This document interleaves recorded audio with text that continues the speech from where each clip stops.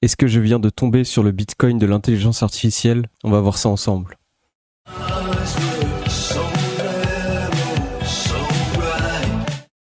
Aujourd'hui, je vais vous présenter deux projets, Pearl et Nockchain. Ces deux projets que je considère comme les projets qui ont le plus de potentiel pour le prochain bull market. En tout cas, ils font partie des projets qui sont dans ma sélection. Donc ces projets sont des Layer 1, sont des projets qui visent à se connecter aux architectures IA pour miner sur leur puissance de calcul. Donc voilà, Nockchain is the protocol for verifiable compute network. L'objectif, c'est de vérifier la puissance de calcul avec leur blockchain et de se servir de cette vérification pour créer des preuves de travail pour sécuriser leur propre blockchain. Donc ça va être un peu un match entre les deux, même si je pense qu'il faut rentrer sur les deux et il ne faut pas forcément choisir de gagnant. C'est souvent ce que j'ai appris.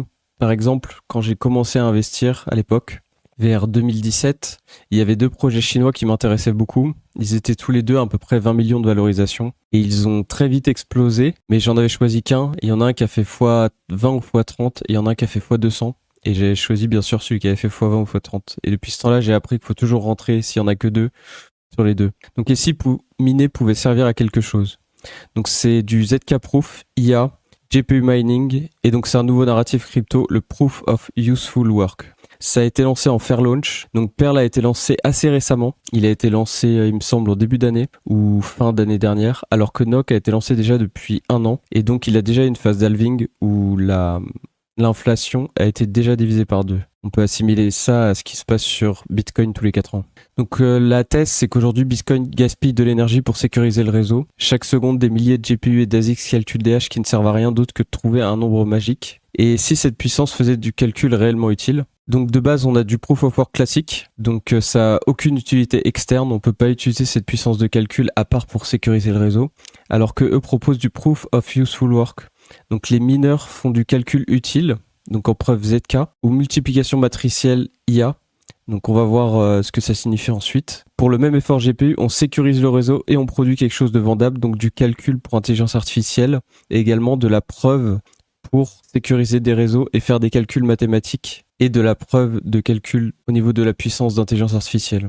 Donc le concept clé, c'est d'imaginer que chaque kilowattheure dépensé pour sécuriser une blockchain produise aussi de la valeur dans l'économie réelle. C'est exactement ce que tentent Nock et Pearl. Donc l'objectif de Nockchain, c'est de vérifier des preuves ZK.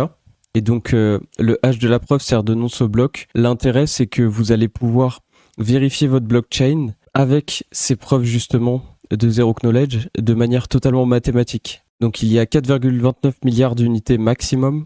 Et ils ont déjà sorti une VM ZK et donc des SDK pour développer des applications sur cette blockchain. Également un bridge vers Base, Coinbase. Et il y a déjà plus d'1 milliard de preuves générées. Donc voilà, le projet est sorti en mai 2025. Et la vision en une phrase, c'est l'or programmable du hard money adossé à du calcul vérifiable. Donc ils se veulent vraiment, comme une sorte de nouveau Bitcoin souverain, décentralisé par la puissance de calcul que propulse l'IA.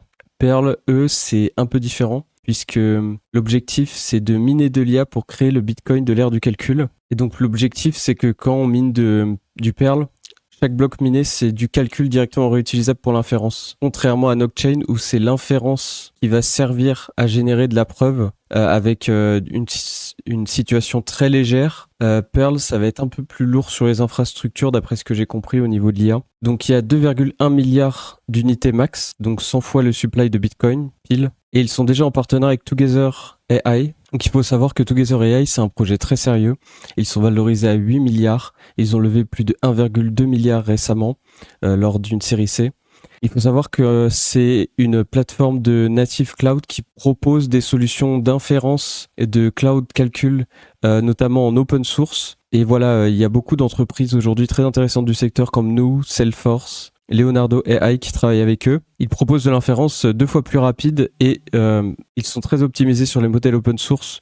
Et ils essayent vraiment d'être novateurs dans le domaine puisqu'il y a beaucoup de chercheurs qui travaillent dans cette entreprise et ils essayent d'être une alternative aux hyperscalers. Donc on est vraiment sur un produit qui matche bien avec Pearl, puisque Pearl aussi est dans l'innovation frontière. Et donc, quand vous utilisez Together AI, si vous utilisez le endpoint d'inférence Pearl, vous avez une réduction de 25% financée par les émissions crypto. Donc ça, c'est un point quand même extrêmement intéressant, puisque Together AI, c'est maintenant un mastodonte de l'inférence décentralisée et de l'inférence open source. Donc voilà comment ça marche concrètement pour les deux projets. Donc sur NOC, le mineur reçoit un puzzle. NOC VM assigne un calcul ZK approuvé. Donc le GPU calcule la preuve à divulgation non nulle, la preuve Stark. Le hash shared nonce. Donc le hash de la preuve valide le bloc. Et donc ça a une double utilité. Cette preuve est réutilisable pour les apps. Et donc il y a une puissance de minage mesurée et donc également une puissance d'inférence. Donc ça pourrait permettre aussi,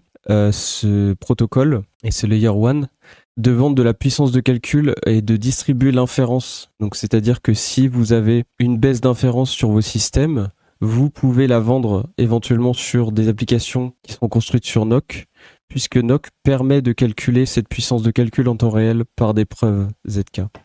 Perl, à contrario, le mineur lance VLLM, donc un framework d'inférence IA qui est packagé pour Perl, qui tourne sur leur GPU. Donc ensuite, ils font du matmul bruité, donc multiplication matricielle, le cœur du calcul IA. Donc là, Perl, du coup, demande de l'inférence et il y a des calculs matriciels qui sont packagés avec l'ajout de Perl pour justement vérifier la blockchain. La preuve de ZK est enveloppée dans une preuve pour vérification on-chain et il y a une double sortie, un cycle GPU et un minage Perl. Donc voilà, c'est a priori, je m'étais trompé puisqu'il y a un surcoût de minage sur le calcul qui est quasi nul selon les papiers de recherche. Donc voilà, dans tous les cas, je pense qu'il faut parier sur les deux. Il ne faut pas se dire « Ah, je préfère celui-là, je préfère celui-là ». Si vraiment le secteur et le nouveau narratif vous intéresse. Donc voilà, on va voir les courbes. Donc NOC, je vous en parle aussi parce qu'il a bien corrigé. Donc ça permet de rentrer à des prix plutôt intéressants. On n'est qu'à 45 millions de valorisation. Donc pour un projet de ce type, je trouve ça assez incroyable de pouvoir rentrer sur ce genre de projet assez tôt.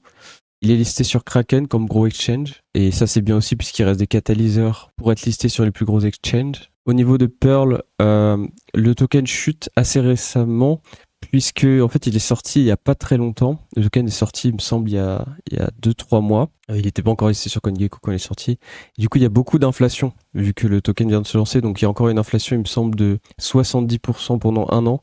Et ensuite, il y aura une division de l'inflation.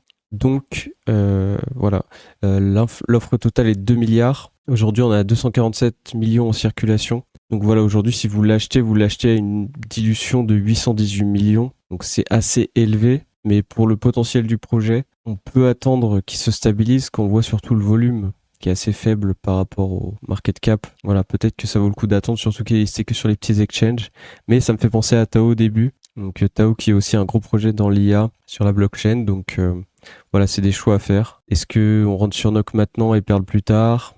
C'est pas un conseil en investissement, t'aurais pas vraiment quoi faire. Moi, personnellement, j'aurais tendance à te dire de rentrer sur NOC maintenant, d'entrer un petit peu sur Perl et d'attendre, parce que peut-être que la chute n'est pas finie. Alors que NOC, on voit qu'il fait une belle base, et puis c'est les premiers à avoir présenté ce type de solution, même si Perl a un beau partenariat avec Together AI. Donc au niveau des forces et faiblesses, NOC, il a un fair launch pur, aucun insider, 100% minage. Une techno ZK originale et bien documentée. Il faut savoir qu'ils travaillent dessus depuis très longtemps.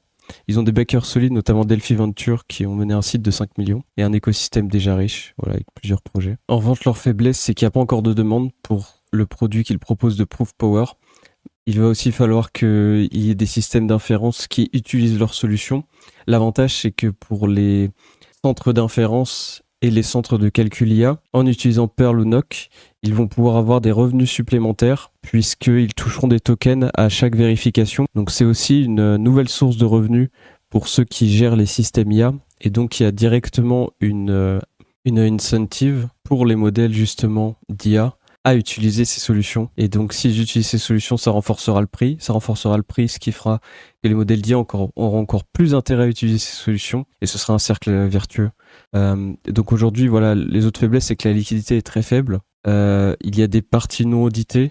Voilà, avertissement officiel du GitHub. Risque de centralisation du minage. Donc pour les forces de Perl, il y a des papiers académiques révisés par les pairs. Il y a un partenariat avec Together AI. Premier cas d'usage payant réel est démontré, donc ça c'est vraiment important quand même. Il y a un narratif IA Compute Ultra Porteur en 2026, notamment avec le DePIN. Donc là, même si on pourrait s'associer au DePIN, mais c'est aussi du Proof of Useful Work. Donc c'est une nouvelle narrative selon moi. Il y a une résistance ASIC structurelle. Impossible de battre toute l'industrie GPU AI, puisqu'aujourd'hui les GPU AI se développent beaucoup plus rapidement que les ASIC qui sont en train d'être abandonnés. Et donc ils ont un repo complet open source, donc ça c'est vraiment cool. Pardon. Et donc les faiblesses, c'est que la plupart du minage, c'est du calcul IA que personne n'achète encore. Il y a une compression rapide des rendements de minage, moins 49% en quelques semaines. Une liquidité très fine et des échanges mineurs. Un réseau très jeune, 3 mois, donc risque de hard fork. Et la fiabilité sur la sécurité n'est pas encore prouvée. Et un impact environnemental critiqué, puisque a priori, il y aurait plus 38% prix de GPU. Donc ça coûterait 38% de plus pour faire tourner Pearl. Donc voilà ceux qui sont derrière les projets. Donc sur Nox, c'est Logan Allen, cofondateur de Zorb Corp. Je vous laisse aller vous renseigner. Justin Murphy et Azimakis Katis. Et donc ils ont levé auprès de Delphi Ventures. Et donc au niveau de Pearl, il y a Omri Weinstein, donc qui est un PhD de Princeton, ex-Nvidia, ex-Fast Data. Il y a Ilan Komargotsky, donc un cryptographe, et Raphaël Press, un research scientist. Voilà, je vais vous montrer celui qui est derrière Nock. Donc voilà, c'est lui. Il est à Austin au Texas, il est plutôt bien placé. Et donc voilà sa société, et donc il se concentre vraiment sur Nockchain maintenant. Et c'est vraiment eux qui ont l'idée de base justement, donc c'est vraiment des innovateurs pour le coup. Donc en face à face, Nock c'est une layer 1 souveraine, Pearl c'est un fork de BTC, donc c'est aussi souverain. Donc Nock c'est des preuves Stark, c'est plus élégant quand même niveau mathématique, alors que Pearl c'est des multiplications matricielles basiques en d'IA. Donc Pearl c'est une courbe lisse polynomiale au niveau de l'inflation du token. Donc voilà une courbe lisse polynomiale, donc l'inflation commence doucement, puis s'accélère, puis atteint un plateau. C'est un peu ce qu'on peut retrouver sur Bitcoin où vu que l'inflation est divisée par 4, donc ça monte rapidement au début et puis ensuite les unités se divisent de plus en plus mais ça continue de monter. Et donc pour Nockchain, c'est purement du halving Bitcoin-like. Donc il faut savoir que malgré que ce soit Nock qui se l'a lancé en premier, Nockchain s'est inspiré explicitement du papier fondateur de Pearl sur Proof of Useful Work qui a été du coup publié en 2025 et ils ont lancé leur solution dans la foulée. Donc c'est vraiment deux équipes qui sont en compétition mais qui se connaissent et voilà qui ne se détestent pas. Et donc voilà, c'est un peu un pari cypherpunk, donc de parier sur ces projets. C'est novateur, c'est risqué, mais selon moi c'est quand même une certaine révolution et une convergence entre l'IA et la crypto est souvent la bienvenue dans le marché. Donc voilà, je tiens à vous rappeler que ceci n'est pas un conseil en investissement. J'espère que vous avez ici trouvé des projets qui étaient intéressants. Et donc l'objectif c'est ça, c'est vraiment de faire découvrir les innovations dans le domaine de la crypto. Parce que je pense qu'on est qu'au tout début malgré ce que les gens disent. On n'a pas eu encore d'application utilisée par 1 milliard de personnes, 200 millions, 1 milliard de personnes. Donc il y a encore de belles choses à faire. En tout cas, je vous souhaite une bonne fin de journée. J'espère que vous avez aimé la vidéo et à bientôt.